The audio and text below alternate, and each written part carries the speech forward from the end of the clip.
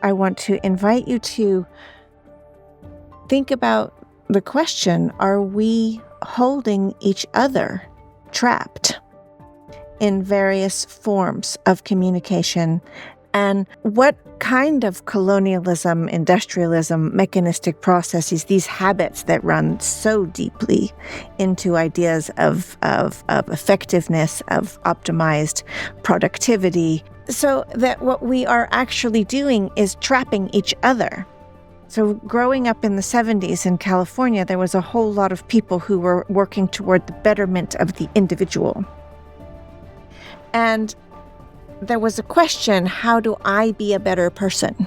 I've pushed that to a different question, which is, who can you be when you're with me? Who can I be when I'm with you? And already in those questions, we're looking at a much more ecological question, right? When you're in context with me, how do you shift? What stories do you tell? What tonalities do you use? What comes to mind? What do I remind you of, right? This whole world comes to life in our relationships. How do you communicate in your own life, and how does your unique perspective on the human predicament, climate change, the meta crisis interact, conflict, differ, or merge with others in different environments? How can we nurture better conversations, and what does it even mean for a conversation to be better? Today's conversation is with four individuals who are all uniquely bringing their voices and perspectives to the meta-crisis space and to the questions I just asked. They also all happen to be friends of mine and former guests on The Great Simplification. This conversation, I've said that word 4 times already, focuses on the ecology of communication, more specifically, taking a closer look, not at the problems our culture faces per se, but how we discuss the problems and what we might do in the future to create more diverse, vibrant, and productive conversations in service of life. Joining me today is Nora Bateson of the International Bateson Institute and also the founder of Warm Data Labs, which aims to collect and communicate information about the interrelationships connecting elements of a complex system. Also joining me are Vanessa Andreotti, the Dean of Faculty at the University of Victoria and the author of Hospicing Modernity. Her work aims to change the way people live, think, and communicate in order to move beyond the dominant culture of modernity and into a more sustainable future. Rex Weyler is a co-founder of Greenpeace International, has been a writer and editor with them for over 50 years. He's a leader in environmental activism and now continues his work living on Cortes Island in British Columbia, and I've been to his house. Daniel Schmachtenberger is a founding member of the Consilience Project, as well as the Civilization Research Institute, which aims to improve sense-making and dialogue. I've been to his house too. With that, I hope you enjoy this episode of Reality Roundtable on the ecology of communication.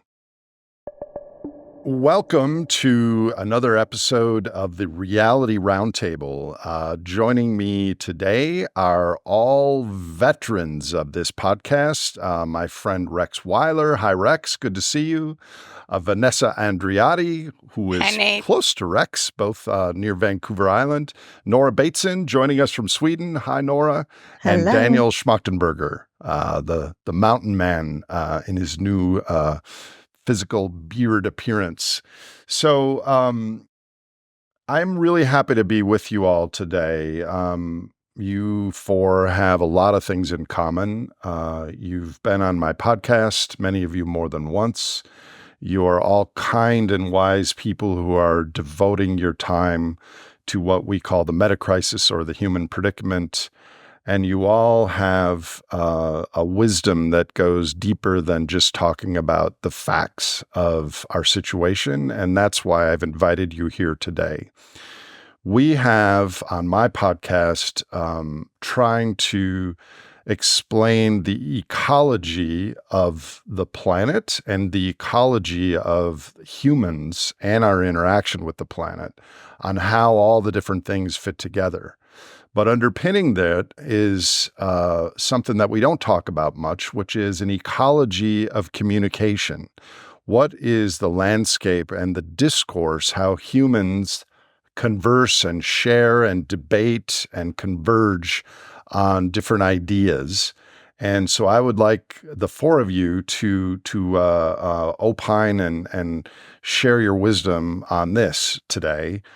So let's start with you, Nora, because I got this idea from you in your newest book. Can you define for us what is the ecology of communication, and how might we shift the way we use language to relate to other people, ideas, cultures other than our own? Mm-hmm.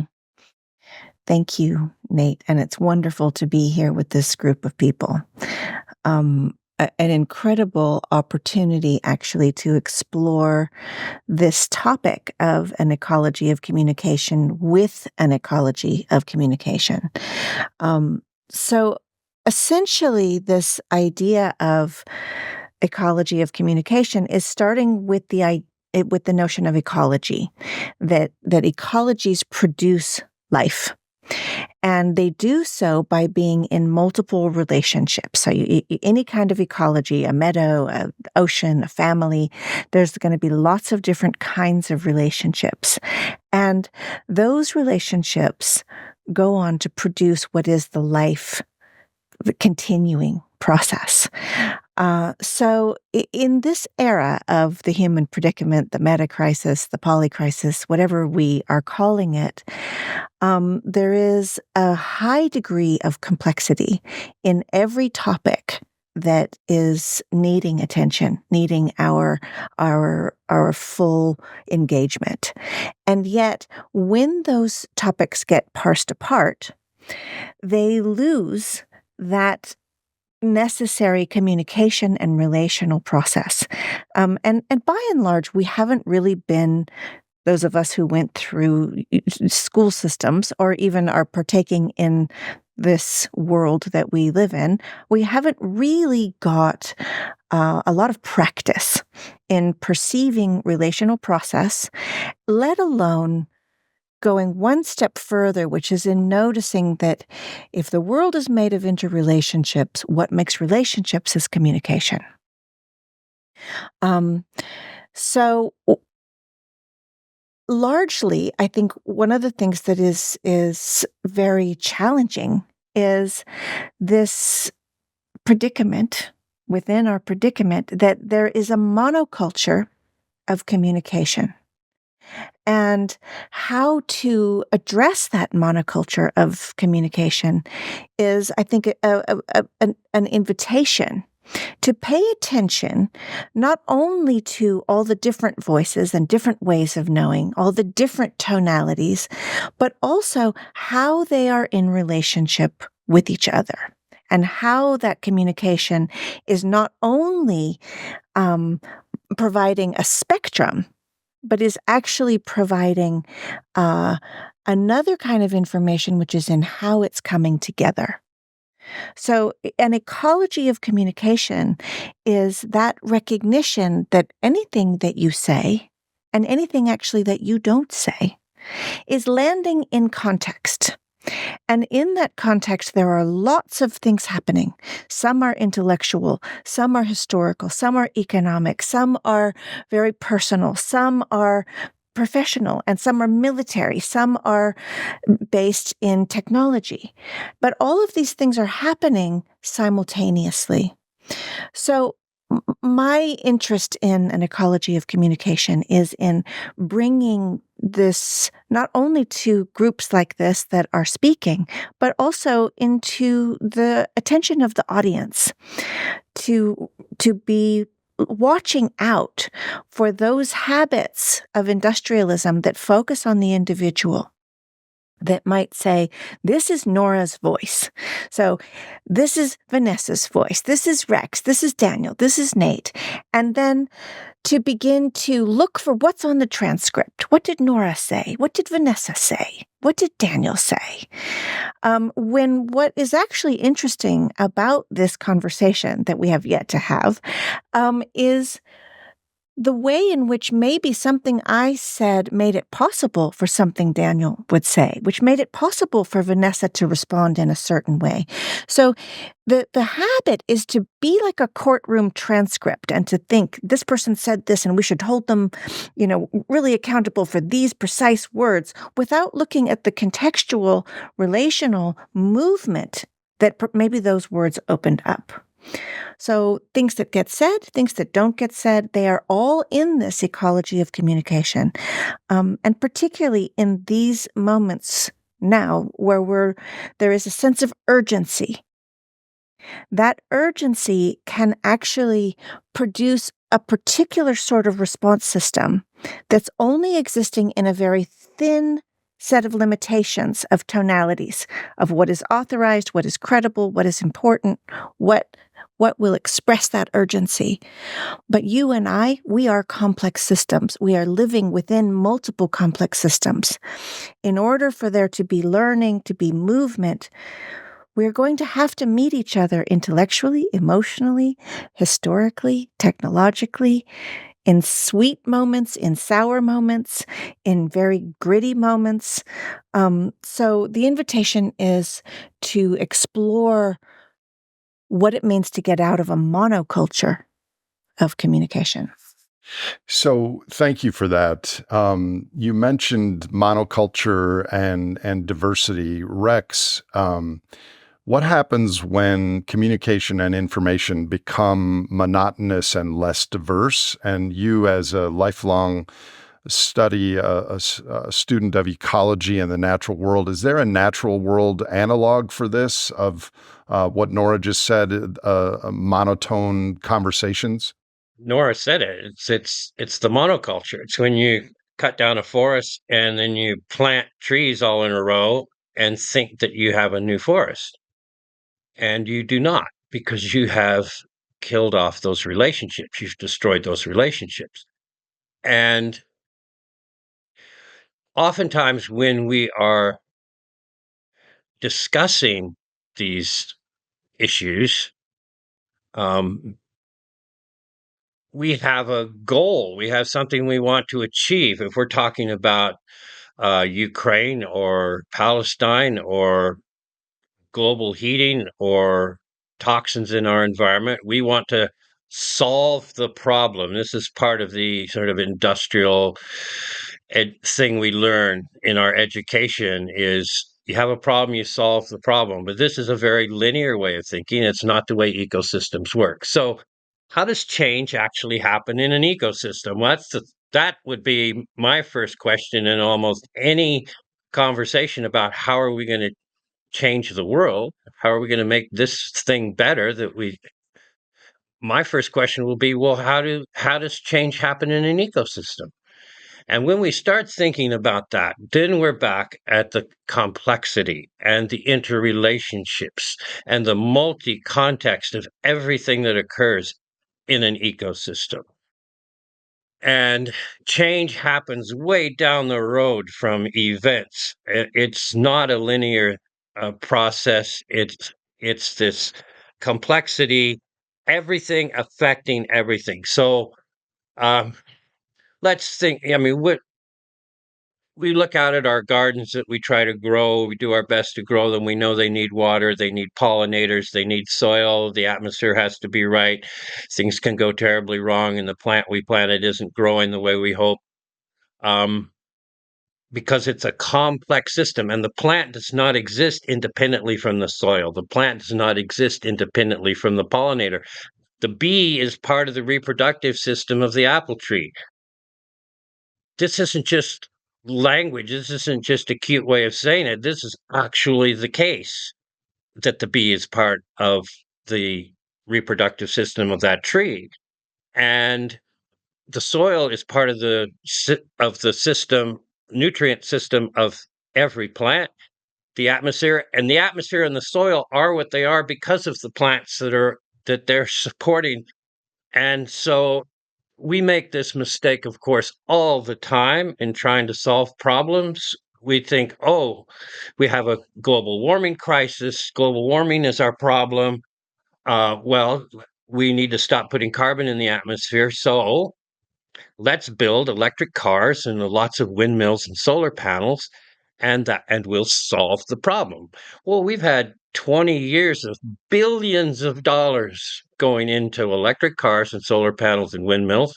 There's been this massive growth of all these things. And through that last 20 years, and meantime, we're having climate meetings, international climate meetings every single year for those last 20 years. And for every single year in those last 20 years, human carbon emissions have increased.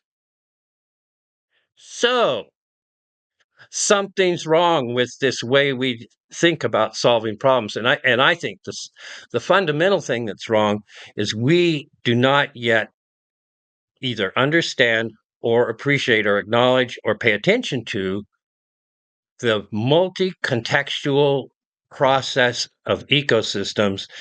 And when we speak about it, we fall back into this sort of linear industrial problem solving type of language. And we need to start thinking about our language as an ecology. Communication is an ecology. How do we participate? How do we help make change? It's very different than I've got a solution. If everybody would just do X, Y, or Z, we would solve the problem. Doesn't work that way. So how does it work? Let me bring in your British Columbia colleague, Vanessa. Um, Vanessa, I'm not sure you know this, but when I started this podcast a couple years ago, it was my intention to not only share facts about our myriad different challenges that we face, but also have a way of speaking about them that highlighted a different way of conversing that was polite and respectful and curious and open-ended. I don't know how well I'm doing at that because I'm not experienced at this, but you have written and we've spoken about how our conversations themselves are an expression and in many ways a cause of the meta crisis, but could, if we changed them somehow, potentially be an expression and cause of a more holistic, healthy world. What are your thoughts on that, Vanessa? Thank you, Nate. I think I'll start by saying something that I heard from Rex in the Warm Data Lab, which was a distinction between environment and ecology.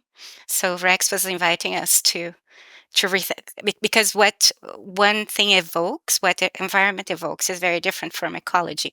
And the invitation that I understood of ecology was to pay attention to the metabolic alchemy and motion of things rather than the aesthetic form and utility of the environment. So environment is something out there, ecology is something we're part of. We're part of this moving metabolism. And if we're thinking about language in the habit of industrialism, you're calling it here, I would call in the habit of colonialism, in the habit of industrialism and enlightenment. If we're thinking about communication there's a certain relationship with language and with form itself that prevents us from getting into a different habit of paying attention to motion and mystery, of the interrelatedness and entanglement of everything. So figuring out how to break or deactivate certain habits to reactivate capacities that have been exiled by these habits is extremely important. Back to your point, Nate, if we don't find a way to communicate differently, we won't be able to coordinate. We won't even be able to notice the magnitude and depth of the predicament that we're facing before us. We will try to go back to the same habits. And the habits have layers. So there is a cognitive layer about our relationship with language and what we want language to describe or to prescribe, how it gives us certainty and control of things, how then in the affective layer and relational layer, how it also is related to our perceived need or entitlement to authority, autonomy, arbitration, affirmation of our virtues or superiority, let's say. And and it is all related, I think, for me to the basic. There's a baseline, which is this imprinted neurochemical and neurophysical imprint that separates us, that it imposes a separation between us and the land, us and each other, us and everything else. So that's not metabolic, then that separates things into categories and ranks them up and tries to predict and to control. So there is a kind of a grammar of language and communication use that comes from that. And of course, there are variations within that, but that kind of monoculture has become an invasive species in this ecology and has made it less possible for us to have commitments that are related to the motion and the mystery and the matter of the whole. So the kind of politics that is possible within the habits that we are describing here as a monoculture are politics related to entitlements, to more entitlements. And a politics that could emerge from the attention to the metabolic alchemy and motion is a politics related to responsibilities to more responsibilities, not entitlements to more entitlements. So that redirection, that shift from one habit of being to another is extremely important. In the past, I think this was done in a certain way through communication itself, but now it's algorithmically defined. So we're being trained by algorithms to expect certain things from language and from communication in ways that are much more difficult to penetrate. Although we use them, we're using them right now to also try to intervene in the process. But there's so much, I think, that we need to be talking about and thinking about. And I think in my last conversation with Daniel, we were actually talking about the mediation, right? The mediation of experience and reality in our relationship with language being something we don't talk enough about, and what's happening then as a result of exposure to these algorithms and coming out of the experience of the Enlightenment, where there was this push for a universal framework of representation that could probably describe and prescribe things, but that was a heuristic that could give us some conventional way to talk about things. In postmodernity or liquid modernity, that impulse, the impulse may be there, but the possibility for um, a universal convention about reality is rendered impossible. So we then are left with these fictions that we use to navigate reality, which is our understandings, our fictional narratives about that. And there's less possibility in terms of communication for us to be testing it out against the metabolic reality of the planet, right? So we are very, very far from that. So we can take the metaphor really far, but there's so many conversations that need to be had about language and reality that I think one podcast is not enough for that. But I'm really grateful you have started it. Thank you. I have so many questions. Daniel, I haven't forgotten about you, but I want to ask a follow-up to Vanessa. And you're right. This is, especially with the four of you, this may be a 5-hour roundtable. How much of the algorithms that you said are because we are all in this discourse forced to use English, and the rules and synthesis of the media landscape and English? How big of a constraint is that to widening the ecology of communication? I'm just curious. That's part of the monoculture, right? And it's a monoculture that not only it renders things invisible, Mhm. right? I was just in the opening of a conference called Stabilizing Indigenous Languages, and one of the things that comes up very, very often in spaces like that is that people talk about people complain that when indigenous people complain that when they say the land as a living entity, in English, it's translated as the concept of the land as a living entity. Mhm. And they say it's not a concept. It's a materiality. And there's no way for the English language to access a materiality without going through that concept, right? So that then becomes a barrier for us to be able to speak to the land without without representing it through a concept. And I think Daniel can talk more about that too. Vanessa, do you mind if I ask you to remind me the quote that you shared about the essence of colonialism? Right. So it's Chief Ninawa's voice saying that colonialism. So there's in the literature we see colonialism generally represented as either the oppression, the subjugation of people, or the occupation of lands.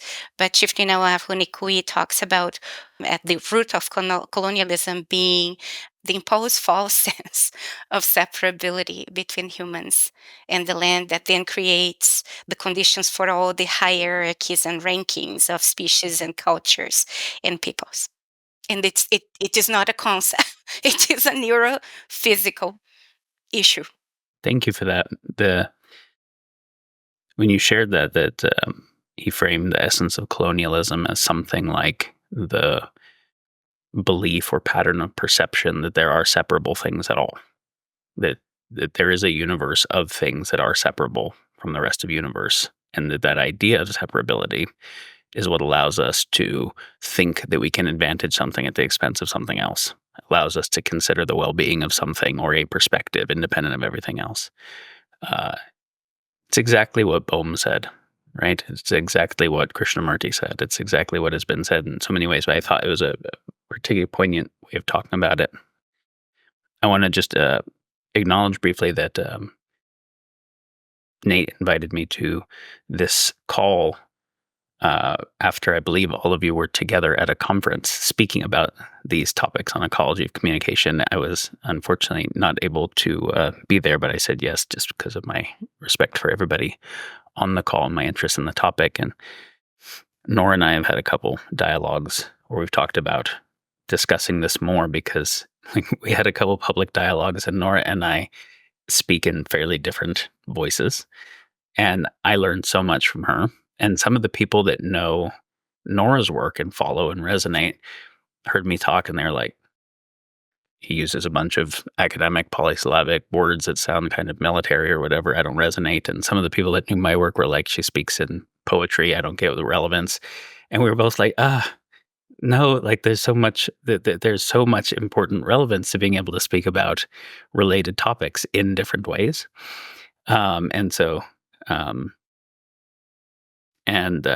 I just wanted to say, out of appreciation, even though it's off topic, forgive me. This is my first time meeting Rex, and I just let him know that my 11th birthday as a kid was at the Greenpeace headquarters, and many early experiences that put me on this path had to do with early exposures that Greenpeace was a part of. So I feel a great debt of appreciation. The topic of there are no separable things. We have these boundaries. You know, our skin defines a physical boundary. We can look at boundaries of creatures or ecosystems, but the boundaries are permeable and they're exchanging energy, information, and matter bidirectionally. And if they weren't, the thing that we call the thing would be dead, wouldn't exist. If my lungs weren't taking in other than me, if they weren't releasing things that were me to other than me, if my digestive system wasn't taking in other than me, if my system wasn't able to process the energy, information, matter exchange, there would be no me. And so, yes, there's a boundary, but the critical thing is the information exchange across that boundary. This is true for all things. So that's a communication, right? That's a communication of every being with its environment without which it wouldn't exist. So literally, there are no separable things. What would I be without the atmosphere? I wouldn't be. What would I be without the plants that mediate it? I wouldn't be. What would I be without the bacteria and fungus in the soil that allow the plants to be? I wouldn't be. What would I be without the electromagnetic field or the strong force or the sun or the center of the galaxy? I wouldn't be. And so I am an emergent property of all those things and all the people that created the language that I think in and all of the ideas that I was taught. And so I'm not a separate thing. I'm not a separable thing. I'm an emergent property of everything else, right? And there's uniqueness and interconnectedness. And when and to me, that's what I understand the heart of the concept Ubuntu to really mean. I am because we, but the deepest we, the totality of everything are. I am because we are. And in getting that, how could I advantage I at the expense of everything that I depend upon? It would be some kind of insanity, but like the proliferation of the cancer cell, there are a maximum number of cancer cells right before it kills the host and they all die. So it is possible to have a kind of insane process that leads to harming and debasing that which we depend upon. But it is kind of an insane process, not a sane one. And one thing is that there's this concept often that if someone is being authentic, that they're the same in every environment, that they're the same with everybody, and that if they say different things around different people, that it's some form of strategic communication or manipulation or something like that. And that can be, right? Like one of the signs of someone who is being strategic or manipulative or sociopathic is that they're saying different things to everybody for some kind of strategic purpose. But if someone's authenticity is the same with everybody in every environment, they're not very attuned to what's around them, because what is authentically arising should be in connection to who's there. Like if I'm meeting someone and they're grieving the loss of a child and I'm talking the same way that I would talk to someone else who just won a football game, there's something wrong with my attunement to who's in front of me and what feels important and what I want to talk about and what energy I want to be in. And so there's something about when Nora was saying it's not just like each person on the transcript, like, what am I saying that's my own thing? It's like, no, what other people were saying evokes from me something that wouldn't have happened outside of that relationship. And so there's something about that what is authentic and what is in authentic connection are the same, are inseparable topics as well. Thank you. Thank you each for your opening comments. Let me go right to the heart of this, because Daniel, you just jogged my memory, because I was there when you had that conversation with Nora. And it is true, especially in both of your cases, on the podcasts that we've done and in public appearances, you have a large amount of just absolute adoring fans that, well, I don't know if fans is the right word, but people love to listen to you discuss these issues because it's helpful to them. And yet there are people that can't listen to the poetry of Nora or your polysyllabic intellectual choreography of these things. Is that to have to do with the individual? Because there's just this huge distribution of different people out there listening and playing a role in these conversations. It's something that I really struggle with, because it doesn't seem like there's one sort of discourse that can be heard and integrated by all humans. So how does that change? And can you explain that? Nora, I'll go back to you for that. I mean, this is why we did this, right? This conversation, because it's so important that people dive into this and understand it. I don't understand it. I think, well, to begin with, one of the things that I think is very concerning in the long list of our crises is the divisiveness that certainly the social media communication patterns and these algorithms are enhancing. But that divisiveness was there to be nurtured. And it was there in the sense of defining a way of belonging by identifying a particular grouping of aesthetic communications and cultural communications that provided company, that provided survival, that provided a sense of being. And that has been played with, preyed upon. And so I think one of the things that's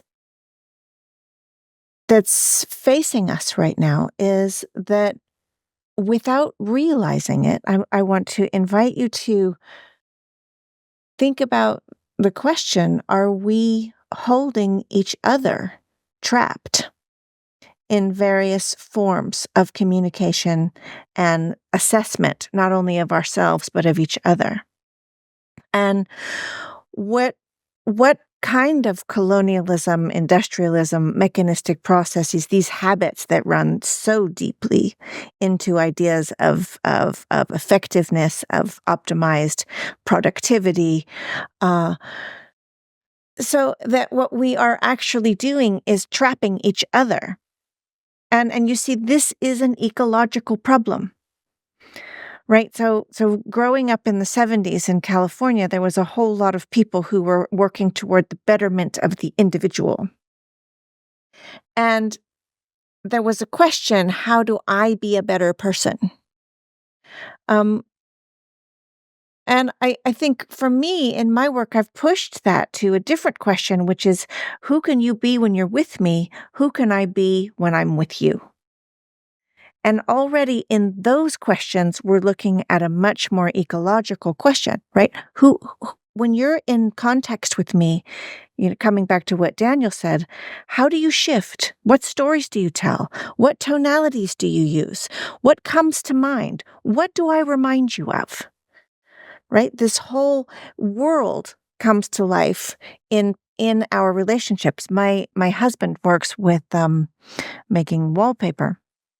And in making wallpaper, he struggles sometimes to make um, color similarities, because the blue that looks blue here is not blue when it's with other colors around it.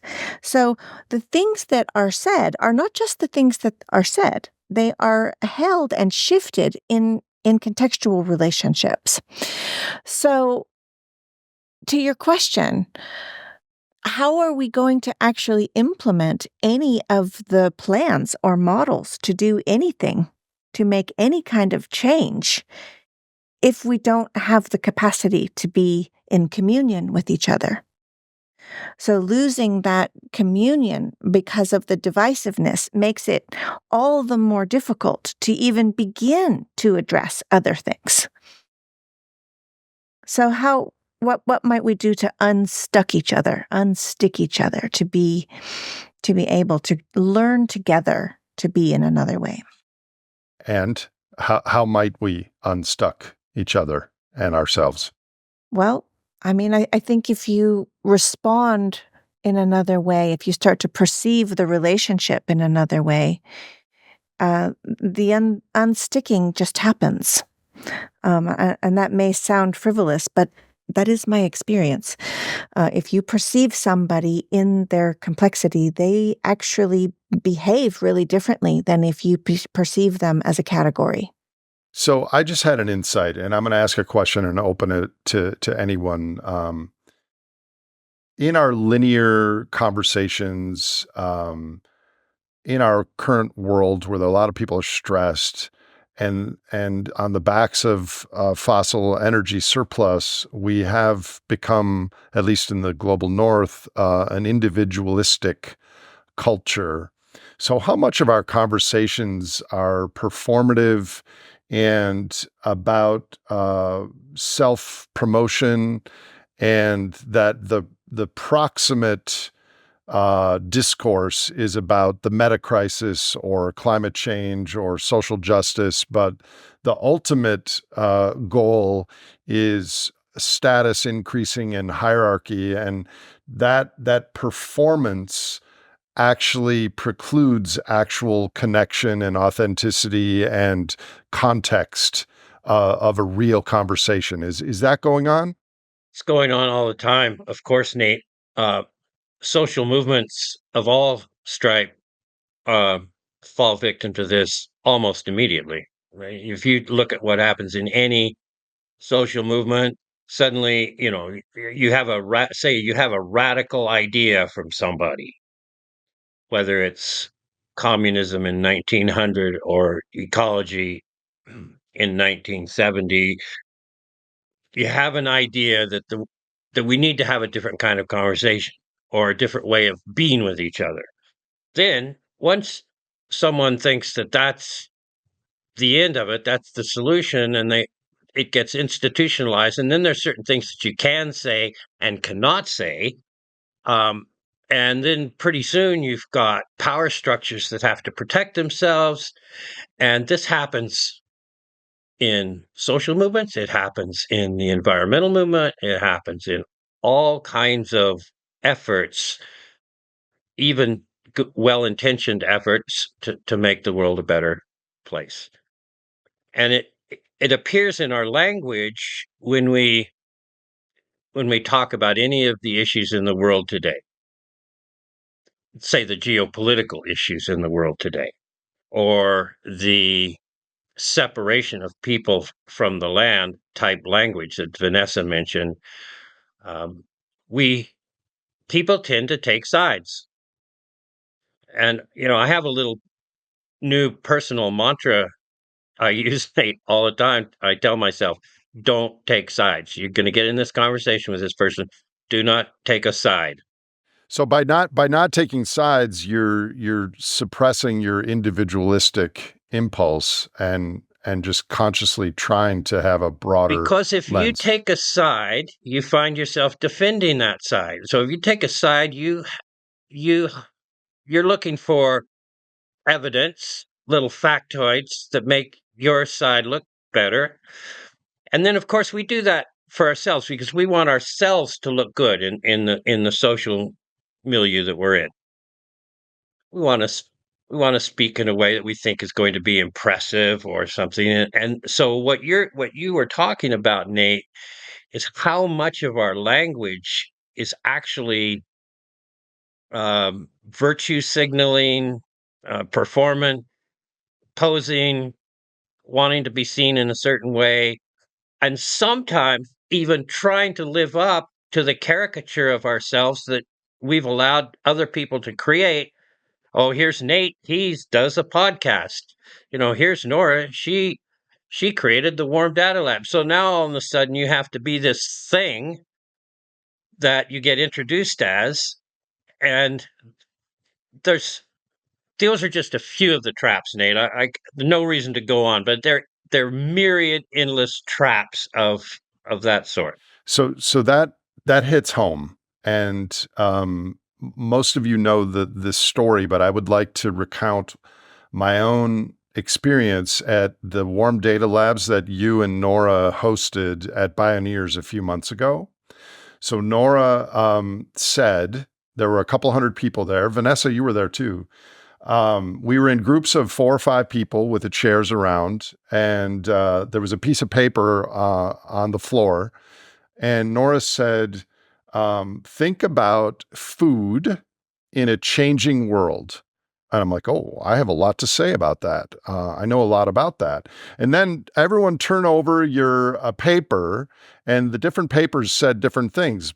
My first one said family, but there were other ones that said politics and ecology and business and technology. And so what we did is the 5 of us talked, shared, took turns about food in a changing world with family. And I had a lot to say.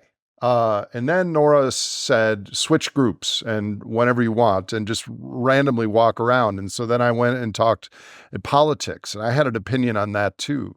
And after I had done like 4 or 5 of those, each time I was like, oh, I didn't think about that because that was a different context. But what also happened, and maybe it's because I'm a gregarious, loquacious Sasquatch person, I noticed that my impulse to talk actually was subdued. And after I went to 4 or 5 of them, I didn't say anything. I started listening. And I guess I'm not the best listener, but I wonder how much that is a microcosm of our broader thing. And I guess that leads me to say, oh my gosh, it's such a great thing that you're doing with this Warm Data Labs. Do you or Rex want to comment on that? You know, the moire pattern. You know what a moire phenomenon is, where you have a pattern, and then if you overlay another pattern, you get a third pattern.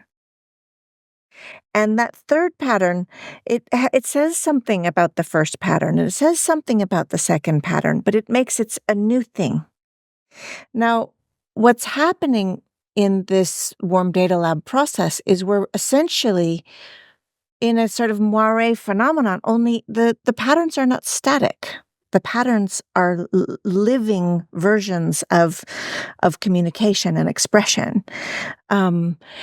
But what's important about the moire metaphor is this possibility for new things to come out of these overlapping, intersteeping, coming together. So you say a thing that reminds me of a thing, but it's a thing that I haven't thought of in a long time. And it only came up because of the last conversation that I just had. So there's this way in which that process enhances the ecological context and contexts in their intermingling, so that you get that experience that you had. And I think for me, this has really been why this ecology of communication has become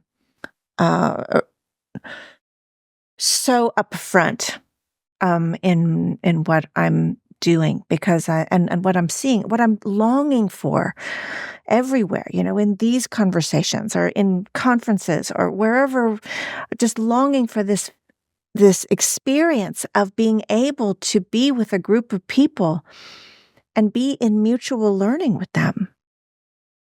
And that is really running contrary to this idea of performative, reconfirming my identity, using language and expression to re-concretize a particular set of expectations, when it's exactly the opposite that I'm hoping for. Could you imagine? Look at all the high level, high profile, silverback scientists, politician, business conferences around the world, that if each of them had to do a miniature warm data lab before the conference started. Because I think for me, it gave me more context and humility, and it quieted me down. So but good luck to you on that. I hope you can scale the effort. Vanessa, you were in the room as well. Did you have any thoughts on that, or thoughts in general on what Nora's saying? Yeah, I was in the room, and it was a very, very interesting experience. I was also struck by wanting to hear and not wanting to think about what I wanted to say, and being conflicted between really trying to be present to what was presenting itself in the phenomenon, and then being asked to contribute when I felt I wanted to observe. And I shared that, and then some people questioned that, because so in the beginning people were still thinking about, how do I follow instructions? And I said, this is not about instructions. But I agree with you, Nora, that longing for inquiry, for affinity of inquiry, for us to really put the questions of consequence in the middle of the room, and for us to be present to what's there, which is very much when we talk about getting together, that's what really warms my heart, because most of the time people are expecting you to perform to a certain market value and an expectation that they have, and they want a high out of that. So it's a form of extraction and exploitation if we're thinking about it in market terms as well. And in my research team, and that's a funny story, parallel to the Warren Data Lab, we have been talking about consumption, right? So we are consuming everything. We can't. It's another entry point in this conversation about how we consume not only stuff, but we consume stories, we consume knowledge, we consume critique, outrage, and that creates a huge. If it's not digested, it creates a constipation. and that constipation hurts.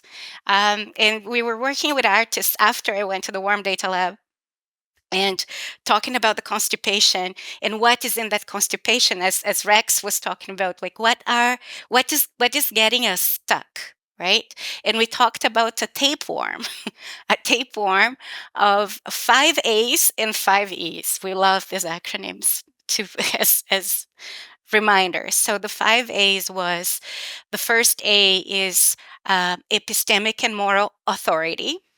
So that's why that tapeworm wants to eat from the conversation. Then the second one was the arbitration of justice, lawfulness, and common sense. Then we have unrestricted and unaccountable autonomy. We want to get out of the conversation that sense. Then we have the affirmation of innocence, virtue, whatever it is that gives us status in the virtual reality we have in our head. And then the last A was accumulation of some form of capital. Could be intellectual capital, could be other forms of capital. And then that kind of desire then leads us to the politics of the 5 E's, where we have to perform exceptionalism. We need to be um, to to stand out, or our group needs to stand out. A group needs to stand out. So exceptionalism. The second is exaltedness. So we need to our praises need to be sang. Then there is externalization of culpability. The problem is we are in the good team. The bad team is over there. The expansion of entitlements. We deserve more. And the last one was this escape from responsibility, right? Because as we are separate and we are performing all this separability, we are also not responsible for what's going on in front of us. And then in the end of this activity with the worm, we were thinking about how to invite people to kind of open their belly and be vulnerable with with the smell and the taste of the gut, in that sense. And then we said we need a warm data lab alongside the warm data lab, because I think the experience of it, as you said, Nate, of getting in touch with what we're really hungry for, which is the inquiry, I believe, that is not prefigured or predetermined or concretized, as you said, Nora. That it's a yearning. It's probably a biological yearning that Nora, your dad, talked about, right? That biological yearning is in there. We need to create the context for that, and we need to catch that worm and compost it in the pile as well. Otherwise, the nutrients that we need for the body are going to be sucked up, and as that worm is blocking the passage of other things, we can't even digest what we're consuming, including this conversation, right? So, how do we digest and process and metabolize what we're hearing? Not in a way of over intellectualization that happens in the head, but in the gut. What I'm hungry for generally is understanding and learning and curiosity, but also the feeling I get when I'm with close friends who are also doing work in service of life, like the four of you. So I wonder, but at the same time, we are performing right now. We have the camera running. We know this is recorded. And I almost wish that there could be a secret camera and the four of us could be at Rex's house just having this conversation. I'm sure we would be saying the same things, but social media, our time is money sort of world also act as a constraint on all of this. Daniel, what do you think, and how is AI going to make these challenges even harder? In addition to what Nora, Rex, and Vanessa have been saying, It'd be fun to have a shirt that said, "I like speaking more than listening," because it is true for most people most of the time, and to just admit it would be valuable. One of the things that I like about a conversation like this where there are 5 people is nobody is speaking more than half the time, right? Everybody's listening 4/5 of the time. And when I was younger, I had the huge blessing of getting to do counseling with people, particularly a lot of relationship counseling. And I think if everybody had the chance to actually be a relationship therapist for a little while, it would heal the world tremendously. Getting to watch the communicative patterns between people who love each other that lead to war, that are so obvious from the outside that they can't see from the inside, where we do the same things when we're on the inside of it. And so I got to see certain patterns emerge again and again. It was amazingly insightful, and such that there was a point where I just switched the process of what I had done. And so I'd be sitting with a husband and wife, and let's say she was going to kind of tell me what the issues are from her perspective, and then he'd tell me the issues from his perspective. And I'd be like, I know you each know your own perspective on it. So I'm wondering if you would tell me each other's perspective to start. And so I would ask the wife, do you feel like you know his perspective and his needs and his upsets and all like that pretty well? And usually she'd say, yes, I feel like I know them pretty well. I'd say, would you mind, sharing his perspective? And what was interesting is, of course, they've been married, they've had the conversation, she's listened, so she knows some things. But typically in the process of sharing, he did not feel understood. Right? He felt like she understood some kind of collapsed version of what he was saying that was filtered through the lens of her own defensiveness, of that it really wasn't her fault, or that he wasn't taking responsibility for why he made her do that thing or whatever it was. And so, and then when I would ask him, do you feel like you understand her perspective? Oftentimes, just as a bi-gender normative thing, more often, he would say, not really.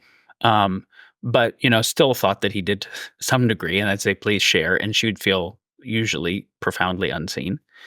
And so then I just tried to facilitate each of them getting the other person's perspective well.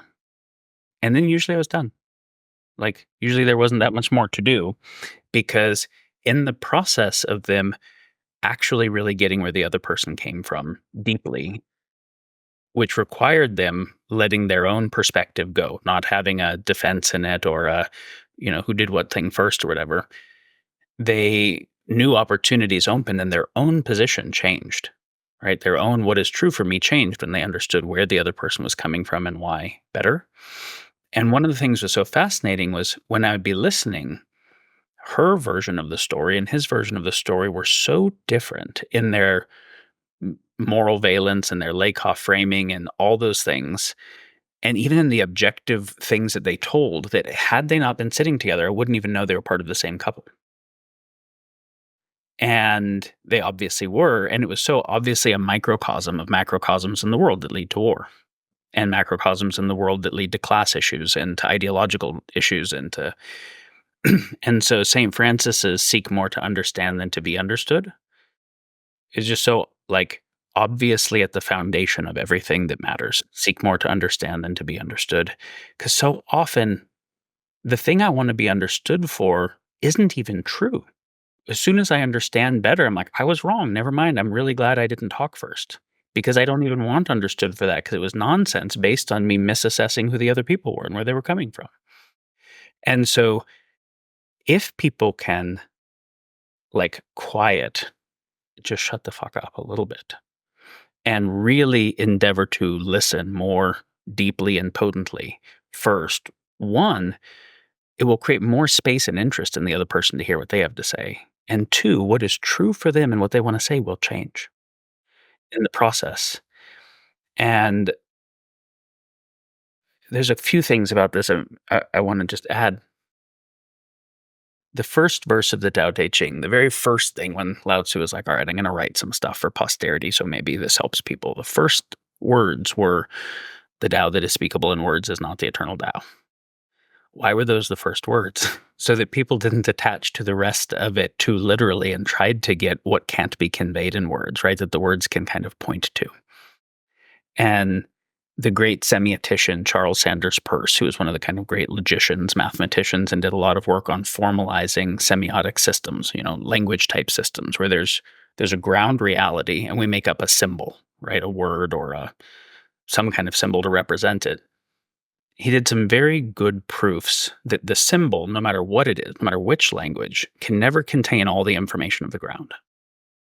So when we're talking in words about reality, we're not talking about reality. We're not in direct relationship with reality.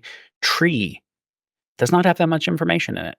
The sound tree or the sound arbole or whatever language, a tree has almost an infinity of information in it that is different than another tree.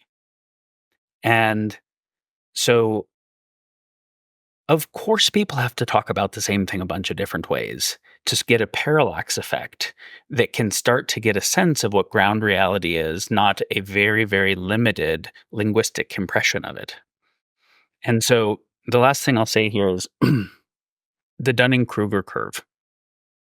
Most people are familiar with the Dunning-Kruger curve, this idea that when you know almost nothing about a topic, you don't know how much there is about the topic you don't know, so you can have a faulty confidence about it. And so a lot of people have like geopolitical views about Russia and Ukraine or whatever, but they have never studied the history of Russia and Ukraine. They can't state what those early empires were like or where the boundaries were drawn or what happened in 91 or whatever. And so they have confidence that is totally unwarranted and totally problematic. So as they start to learn more, they start to become aware of how much stuff they was in the unknown unknown for them that moves into the known unknown, and they start to get way more unconfident as they learn more. So they're getting more knowledgeable and less confident.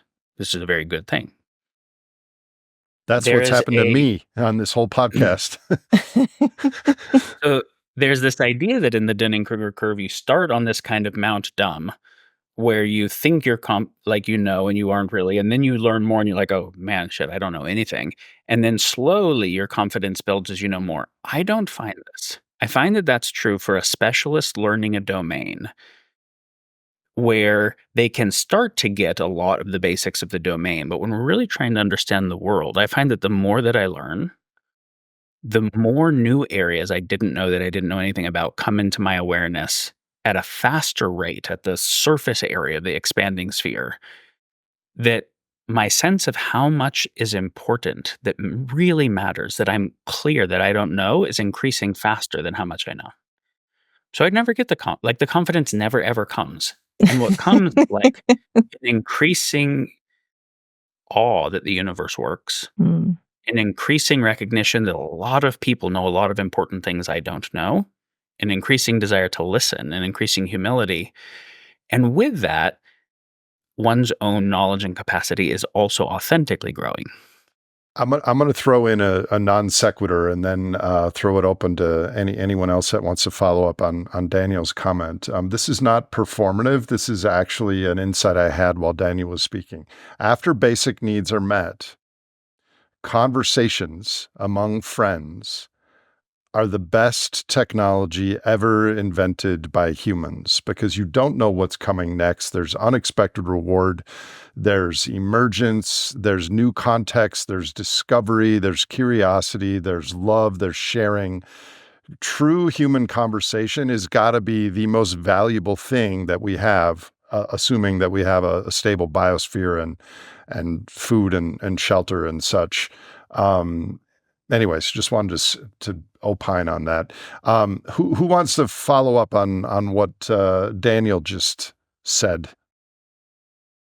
I just want to add something about silence, because there are so many versions of being silent together. And if you look at that, we can be quiet together in ways that are nervous, in ways that are screaming, in ways that are angry, in ways that are deeply resentful or judgmental, in ways that are absolutely profound and full of love, in ways that are hilariously funny. We can have entire conversations in silence. So it's, I think, important not to forget all of the nonverbal communication that is part of the ecology of communication. The tacit communication, the implied communication, the the way in which somehow I know in our silence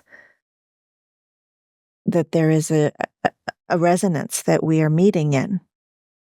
And that resonance can have very many things happening in it simultaneously. So this is, for me, Daniel was talking about this awe of what it is to be alive together. I think that it's also possible to have those experiences with other organisms. It's not just human to human. And so there is this kind of right of being alive that has to do with being in communion. And I think the more time that we spend there, the more likely we are to attend to those organisms. Absolutely agreed, Nora. When you were talking, what came to me is that words can become clutter, right? In the resonance that you're talking about, because wording and how did we get to the point where there's this totalizing expectation of wording everything? When we know that what we can word is a fraction of what we can think, what we can think is a fraction of what the body perceives, what the body perceives is a fraction of what's around us, what's around us is a fraction of what exists in the wider context. But we have placed so much expectation that wording will give us something that is actually unrealistic to expect for that wording to do that for you. And if you go with that very specific desire into the communication, maybe that is what becomes the clutter that then prevents you from being in resonance. And what I remember too, there was a question I asked at the end of the Warm Data Lab when you were signing the books, which was, have you ever tried doing the warm data labs long enough so that there's an emptying of narratives of that warm goes out, and the constipation goes out, and then we can be with each other with empty hearts and empty bowels and empty heads, so that we can actually listen to what the land that is the body is resonating in the room. And I remember that we said, like, we will keep talking about that, pause that conversation. But it is not, I don't think there's ever silence. There's only silence of words. There cannot be. Right. And Nate, it's not a human invention. I'm sorry. Like, this is just biology, basic metabolic alchemy No, you're between right. You're everything. right. But let me follow up on the concept of silence. Relative to our ancestors, even our not so distant ancestors, the amount of time we spend alone now because of the energy surplus in our society relative to, 100 years ago or 10,000 years ago is a lot. So how does that affect the ecology of communication when most of our interactions are online or at home with just one or two people rather than in a village with constant interactions and context with other humans? Any thoughts on that? Wow, yeah, that's huge, Nate. I'm fortunate, feel fortunate to live in a small community. And one of the difficult things of living in a small community is everybody knows your business. Everybody knows what you're up to. Everybody knows, and that can feel annoying at times. One of the advantages is that everybody's on the case. Everybody knows, like, you can't be anonymous here. We live in a place that's kind of far away, remote. Some people come here and they go, "Oh, this is a good place to hide out. This is the worst place in the world to hide out." Everybody knows that they haven't seen you before. Who are you? Um, what happens in the urban environments in this world is that you can be anonymous and are anonymous most of the time. You walk down the street, nobody knows you. Nobody says, "So, hey Rex, how's it going? I heard you really screwed up the other day." So there's this advantage of being in a real community. But here we're talking about a community of humans. How much more of an advantage if we can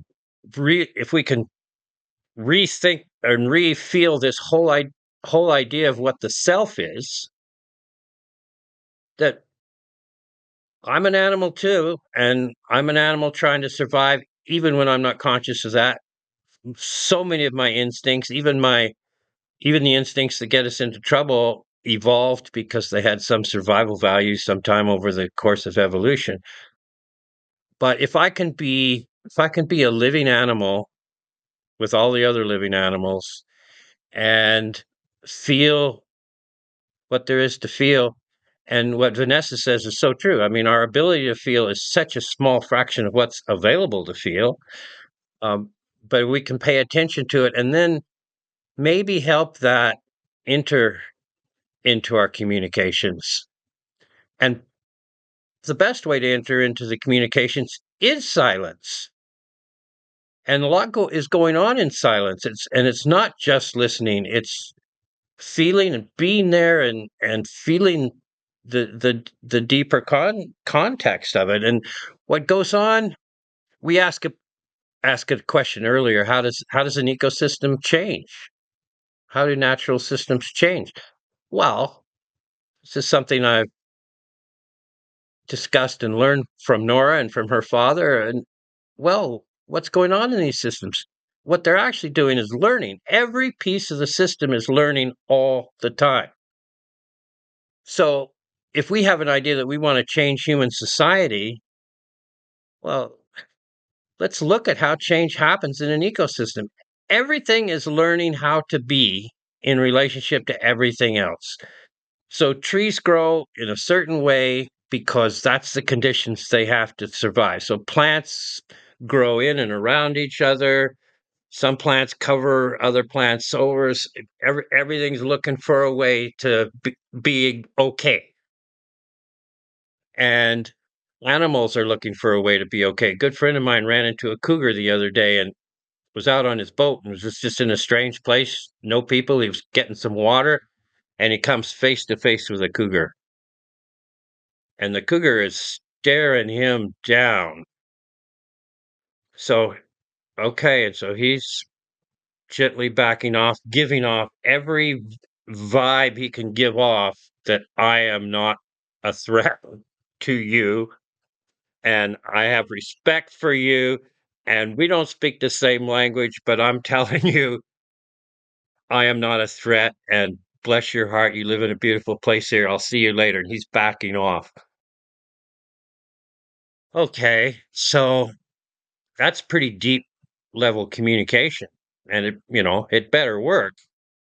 And our bodies are prepared for this. So actually, we're prepared to go out and commune with everything that's alive out there, the plants, the trees, the animals, the cougars, the wolves, the birds. And practicing that is very helpful. And I think this ties in a sense to what Daniel was saying about confidence and knowledge, is that there's such a deeper learning. And I agree with Daniel that the more we really learn about the world, it just makes I feel it just makes me feel more and more humble in the face of it. And Lao Tzu or whoever it was that said, the Tao we can speak is not the eternal Tao. That thank you so much. And we have a map is not the territory, and we have many people who have addressed this idea, and bless their hearts, because we need these kinds of messages in our communication.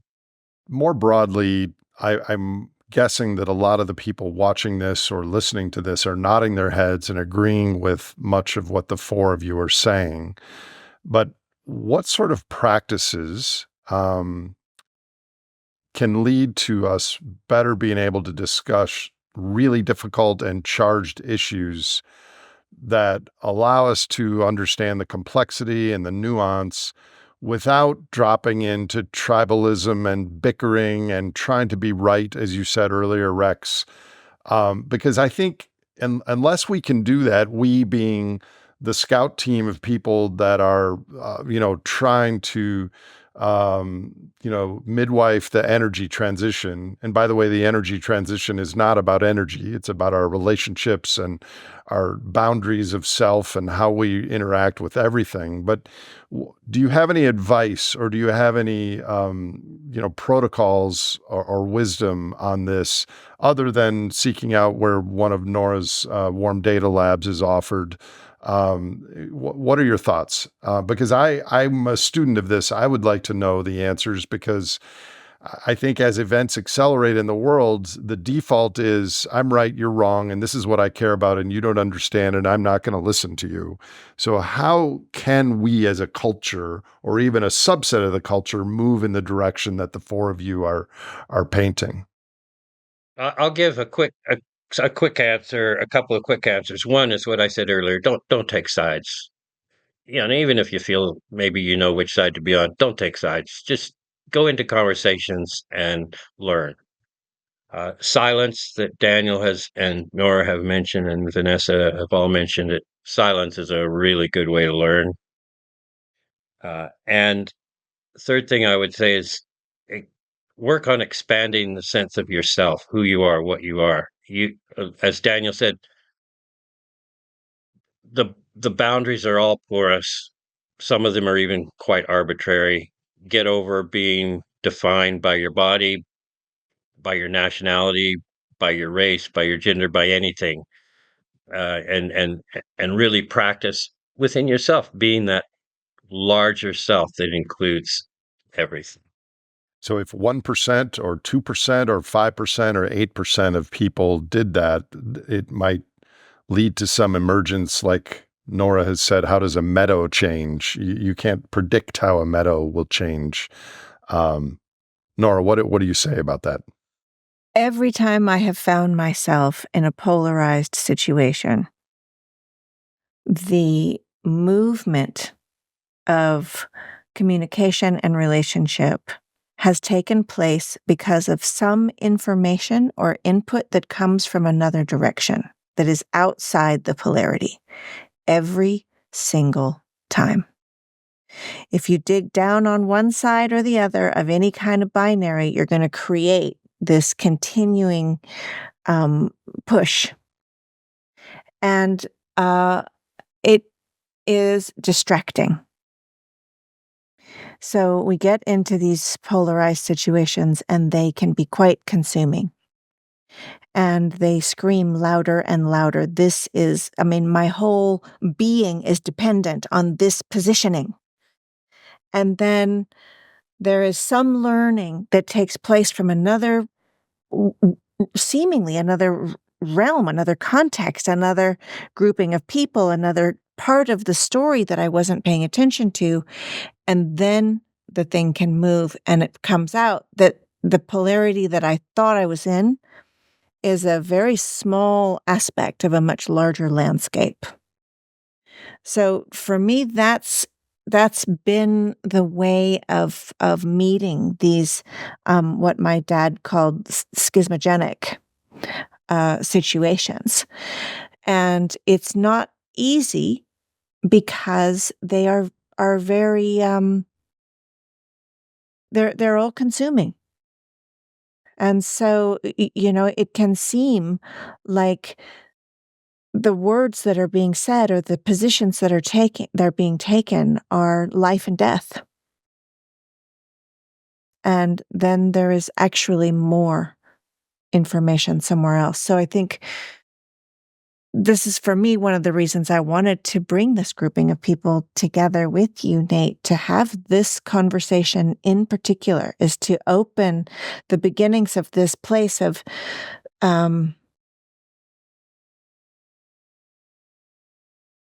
inviting each other to go beyond our usual scripts, our usual positionings, our usual habits, and to not know exactly what we're going to say, to be at a loss for words, to think, I'm not sure how I feel about this. To have that moment of, for me, that's, Daniel, you were talking about this authenticity, and Vanessa, you too. For me, that's a big one. When I get quiet and I find myself groping around inside to look for the thing that I'm trying to say, and I don't have any words for it, then I know, okay, this is worth my time. Let's play with this. Let's find this. What do you think about this? Is this the right word? Is this the phrase? Is this the metaphor? But there is play in there. And not necessarily silly, joyful play, but play as in trying things. So if I'm trying to chaperone a better default than the future trajectory, and I encounter a group of people that are 10 people, and 5 of them think that climate change is a socialist hoax, and the other 5 think that we're going, on a runaway Venus, runaway warming path.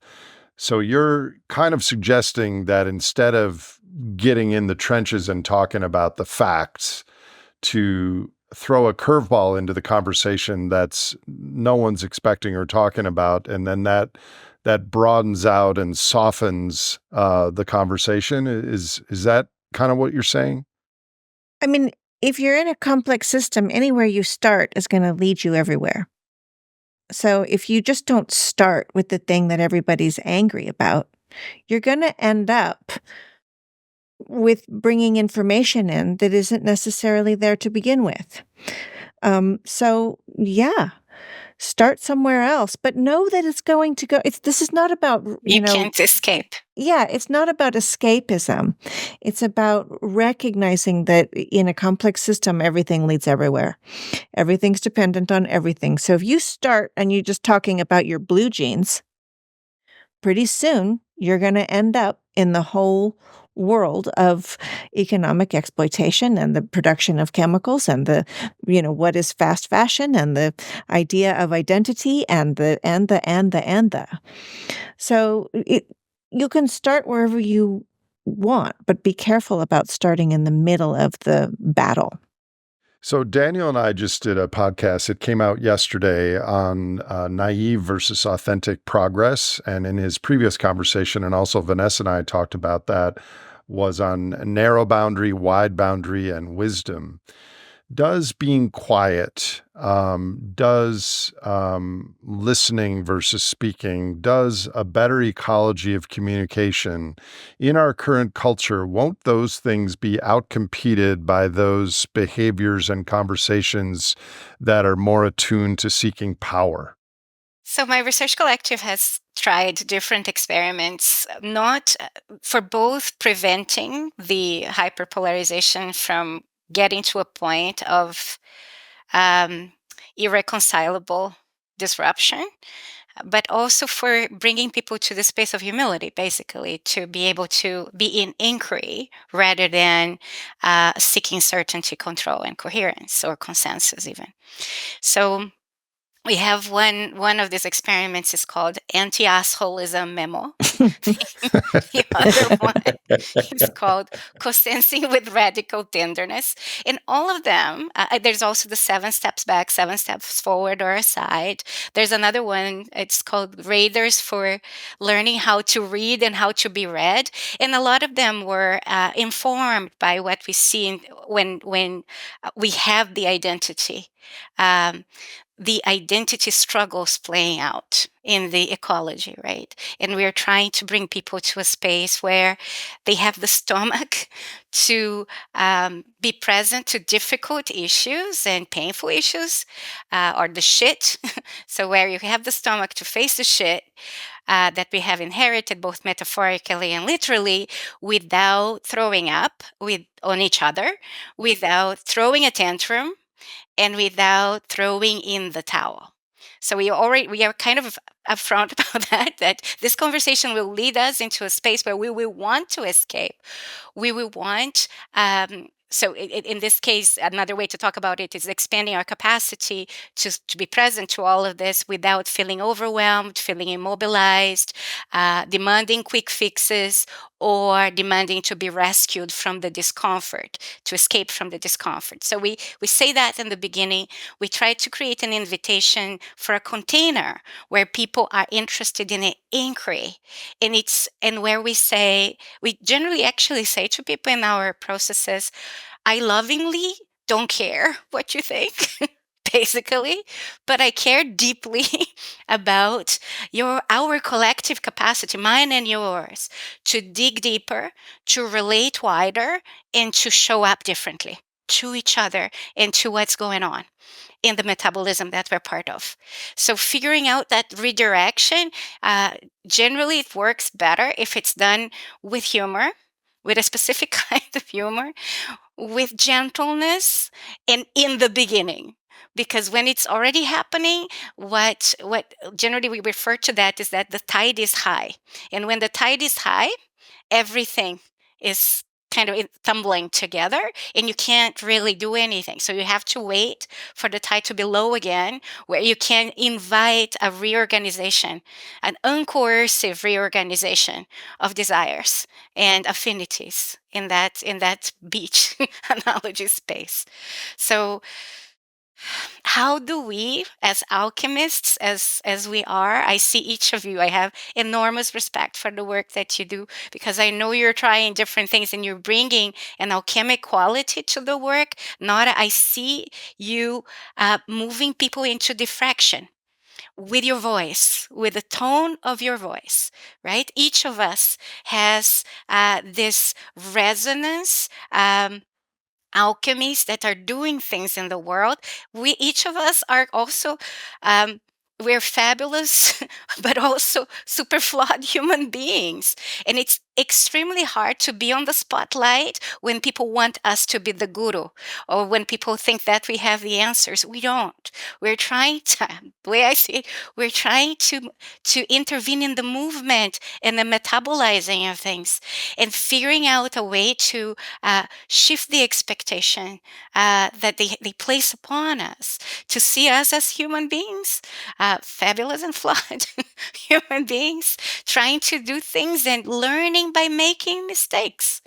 Right? That's how we all learn. It would help a lot. So figuring out a way that the podcasts also invites that kind of relationship with the conversations, with the speakers, so that we can hold it together, both the beauty and what's beautiful, what's ugly, what's broken, and what's fucked up about humanity within us and around us. Right? That, I think, that is the task, and to see it as lifelong and life-wide inquiry, in collaborative, collective inquiry. We can't do this on our own. I do have a thought to share on addressing polarized communication, but I would love to hear what Rex has to say first. Nate, you're sort of implying, oh, we're in a crisis. We don't have a whole lot of time to mess around with second, third order effects of our alchemy. I want to go back to our friends, the Taoists, that Daniel brought up. They have this idea of Xinling, which is roughly, we could say, is divine efficacy, long-term efficacy, deep efficacy, not just quick problem solving. I have the solution. But you have to have some patience for that. And you have to have some trust in the natural process. People often ask me, where do I see hope? I see hope in the long natural process. I see hope in nature. That's where the hope is, because it has this long natural process. When people get what's the first thing they say, Nate, in every first aid book, the first chapter, they say, when you come upon a crisis, stay calm. And why is that? Because when we get into this urgency, oh my God, if we don't solve this, we have 10 years to solve something, or we have we have to solve this year or whatever. This urgency, it leads to this kind of panic response, and that's where people make mistakes. We do think, well, we got to do something. No, actually, we don't have to do something. We can do nothing for a while and see how that's going. We can pay But attention better. and when we're in that state, we're probably worse listeners as Mhm. well.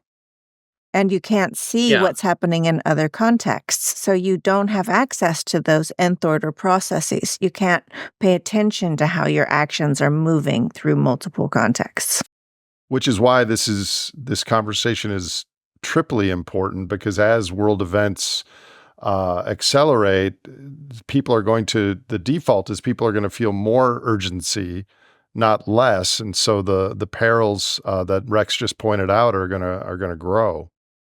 Yeah, I have something to share about addressing polarized, difficult conversations from the point of view of some communication tools, also from the point of view of our come from, uh, kind of energetically, uh, because I just want to share a general principle is that, let's say we're talking about physical tools. Any tool that is made for any purpose can be converted to a weapon. Right? Maybe the hammer is not meant as a weapon, but I could use it as a weapon. Any intellectual or psychological tool that can bring about understanding or healing can also be used as a weapon. And they often are. So if we talk about tools of good communication, they can also be tools of weaponized communication. And if someone naively thinks if someone is communicating with facts or if they're expressing empathy or whatever, it's good, no, they could be weaponized. If they cynically think anytime someone is doing that, it is for sure the weaponized version, they're also not actually sensing or paying attention. They have to be able to sense the actual authenticity, which is a tricky thing to do, and there's no algorithm for it. But empathy can be weaponized. Someone can do fake empathy to try to make the other person feel like they get it so as to be able to convince them of something, right? Um, let's take an intellectual tool like a dialectic. You take a thesis, you take an antithesis, you find a synthesis. That can be a truly valuable intellectual tool for understanding. But of course, it's very well known. You can weaponize that. What's the conclusion I want you to come to? That's going to be the synthesis. So then I'm going to manufacture a fake thesis and then a fake antithesis, walk you through those steps so that then you see the synthesis that reconciles it's the thing I originally wanted. So some people, the moment they hear Hegelian dialectic, they freak out and they assume that manipulation is occurring because they know that it can be used that way. In the same way that a fact can be a weapon, because you can cherry pick facts and you can Lakoff frame facts and you can decontextualize facts. Statistics can be a weapon. So every epistemic principle of understanding the world, every psychological principle of communication can be used for healing, for positive things, can be used as weapons, and there's no way a priori to know which one it is. So one's own earnestness about where they're coming from and one's discernment and kind of like subtle sensing into where others are really coming from is like I don't know a better answer than that. So with that, I want to say something about the come from and then a couple tools, if that's all right.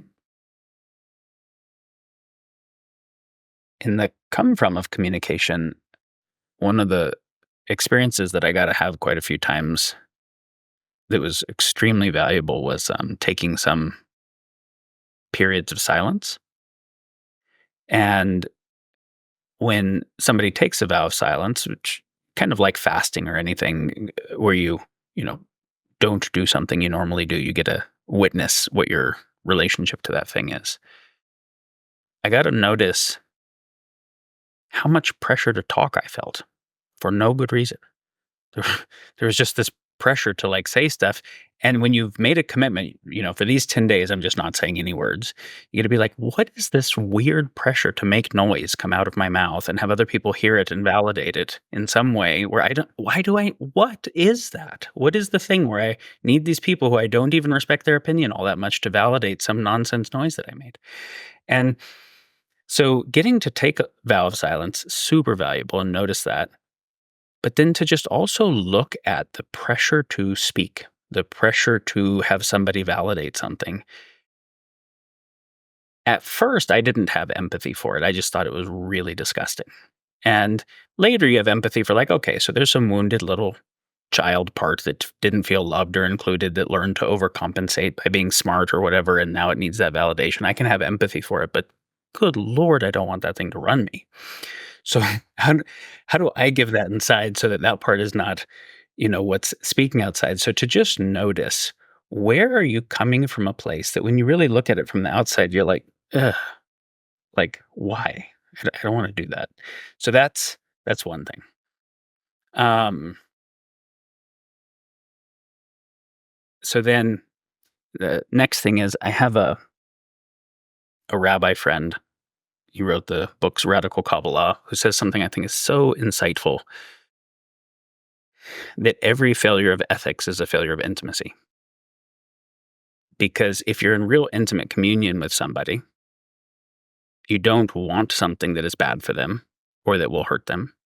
And if you're in real intimate communion, you actually know what's going on for them better, so you don't have positive intentions that are still miscalibrated, right? Everybody knows what it's like to have a parent or someone care for you in a way you really don't like and feels oppressive. That's not actual intimacy. Real intimacy is both the caring and the grokking somebody enough. And so the idea that if there is a real intimate connection with reality, what you want and the well-being of others are not separate things. Like when Buddha said that desire is the cause of suffering, it's the desire of the self that believes it's separate that is the cause of suffering. But the self that is arising in connection with everything, the desire that arises in it is in connection with everything. So that's something on the come from. On principles, it's already spoke for a long time, so I will try to share this very briefly. The Consilience Project, where we put some articles back in the day, was really all about social conversation, the social contract and epistemic commons and stuff. But Nora said, when it's polarized, don't start right on the topic that is polarized. Start with something that particularly start where people have some agreement on something else. Start where they have the potential for intimacy, where they have the potential for recognizing the other as a human and not instantly as a anti-vaxxer or a flat earther or a climate denier or whatever witch or terrorist pejorative term makes them not human and makes it fine to hate them and just want to win. Start in a place where there's some commonality.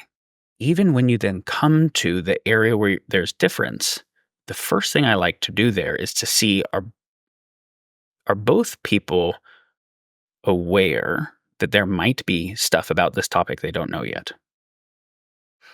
Have they had the experience of things that they were certain about in the past that they later realized were underinformed?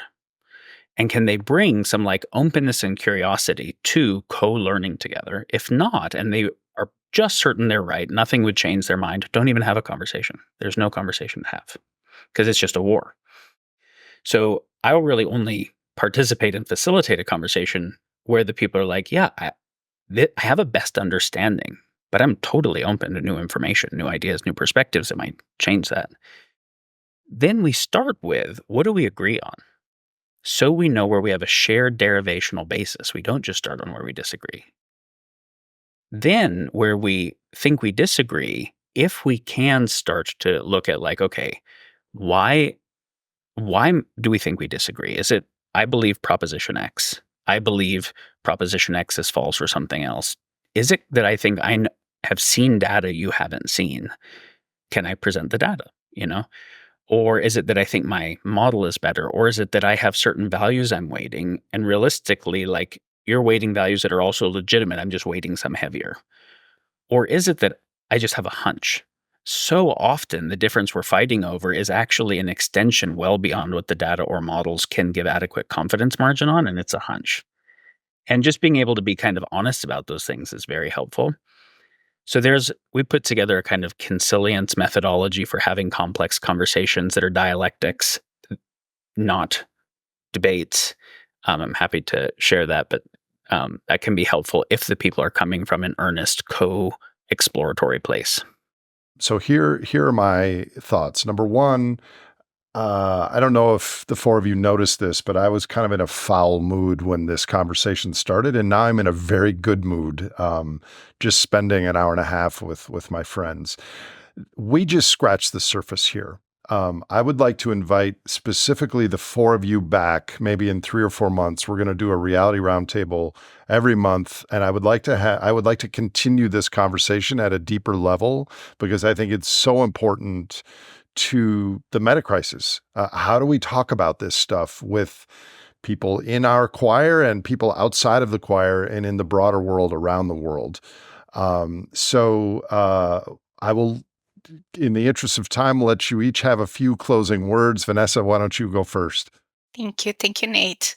I'm thinking about all the ways that you can see the effects of the meta crisis, polycrisis, permacrisis in the university itself. And how, as a dean, I I can see. I generally say to people like, "Do you remember the ivory tower?" And I say it doesn't exist anymore. It's at best a tower of Pisa, a leaning tower, and the ground is shaking, and it the fall, how it falls matters, right? If it falls too hard, it breaks. It falls in a contained way, in a gentler way. It can become a nursing tree for other things to grow from, right? So I've been using this analogy quite a lot, and thinking about the stacked layers of complexity that I'm having to face as a senior leader, a senior administrator, and the need for right now us to have more experiments and experimentation in bringing people to think together and engage together with complexity.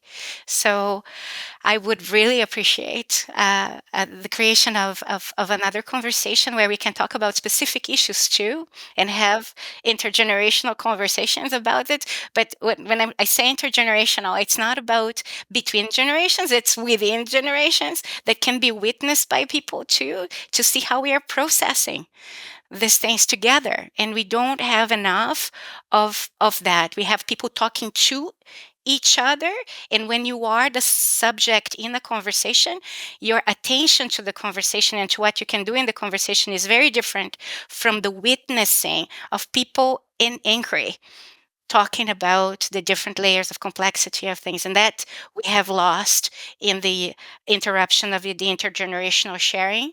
That was supposed to be education. Education now became transmission in a very specific and narrow boundary way. So thank you for offering this opportunity for me to witness the processing and participate in the processing of the different moving layers of complexity of what we're facing in the metabolism that we're part of today. Thank you.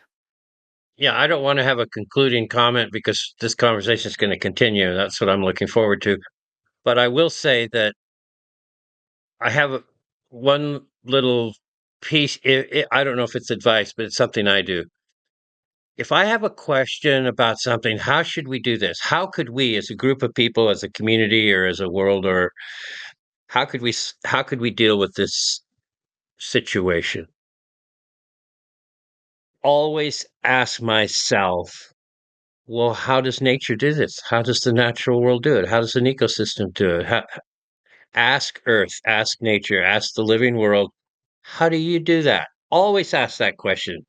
Invite, all our board meetings of all our groups, we should have a chair for our dear Mother Earth. Let her sit down there and ask her every time, how do you do this? Um, that's a useful trick. I have found that the conversations that I have with people whose life experience background, whose training, and whose worldview is most different than mine are where I learn the most by far. I know how to learn a lot from people where I'm familiar with their epistemologies and their worldviews because I know how to ask the right questions. Sometimes when someone's experience is so different, I had this experience like first time I met people who actually had a more tribal indigenous life. And I'm like, oh, you don't have the same ontology of the universe. You don't like almost everything is different. I don't even know how to ask the right questions. But in hearing what you share about the nature of the world, my whole way of seeing the world possibility space is opening up a lot. Similarly, like when it comes to political views, I find that anytime I think I'm starting to understand a topic well. I think who are the people that have studied this topic for a long time that have the most different perspectives than me? And let me go talk to them. And that's where the most fruitful learning happens. Yeah, I love that because I feel, again, that really the only way we can find our way to places we didn't know where we needed to go is to get lost. And that's what happens when you're in a set of codes that you can't even receive, when there's signals that have nowhere to land in you. There's a disorientation. And that disorientation for me shows me so much about the edges of my own epistemology, the edges of my own bias, the edges of my own filtration. And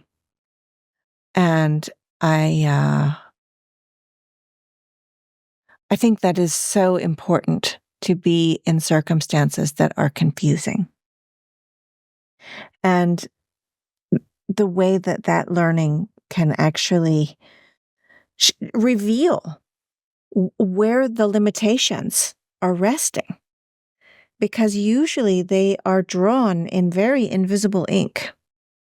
And so finding those limitations. And so for me, again, this conversation has been a little bit of us, hanging out in the clubhouse, taking the lemon juice ink and putting it over the candle and finding where are the secret boundaries of discourse, of ways of speaking with each other in public, because particularly this is a public conversation.